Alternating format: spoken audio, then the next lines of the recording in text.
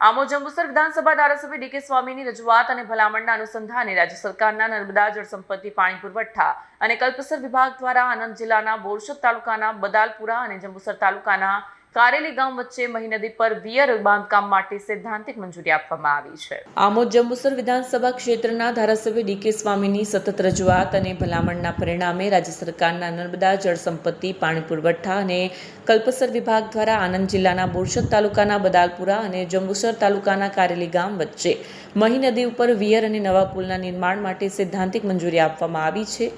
અંદાજે રૂપિયા 1700 કરોડના ખર્ચે અમલમાં આવનારા મહત્વાકાંક્ષી પ્રોજેક્ટ હેઠળ મહી નદી પર આધુનિક બેરેજ તેમજ નવા પુલનું નિર્માણ કરવામાં આવશે। પ્રોજેક્ટ પૂર્ણ થતાં વિસ્તારમાં જળ સંગ્રહ ક્ષમતામાં નોંધપાત્ર વધારો થશે।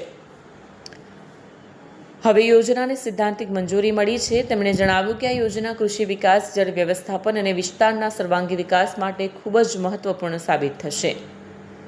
તેઓ માને છે કે આ પ્રોજેક્ટથી વિસ્તારના વિકાસને નવી દિશા મળશે અને પાણી તેમજ પરિવહનની સમસ્યાઓમાં નોંધપાત્ર રાહત મળશે। વંદે માતરમ, ભારત માતા કી જય। ગત રોજ ગુજરાત સરકાર દ્વારા બદલપુરથી કારેલી સુધીનો બેરેજ વિથ બ્રિજનું જે આયોજન હતું એની સરકાર દ્વારા મંજૂરી મળી છે। આ નિમિત્તે હું ગુજરાત સરકારનો હૃદયપૂર્વક ખૂબ આભાર વ્યક્ત કરું છું।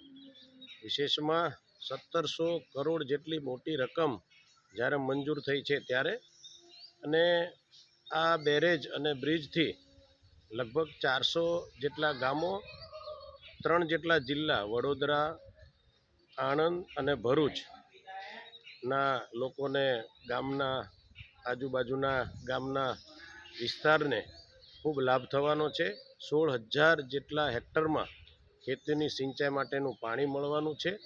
તો આ ખૂબ જરૂરી, અને અગાઉ મેં પણ સરકારમાં ખૂબ રજૂઆત કરી હતી, અને જેના ભાગરૂપે સરકારે આજે જ્યારે આ મંજૂરી મળી છે ત્યારે હું સરકારનો હૃદયપૂર્વક ખૂબ ખૂબ આભાર વ્યક્ત કરું છું।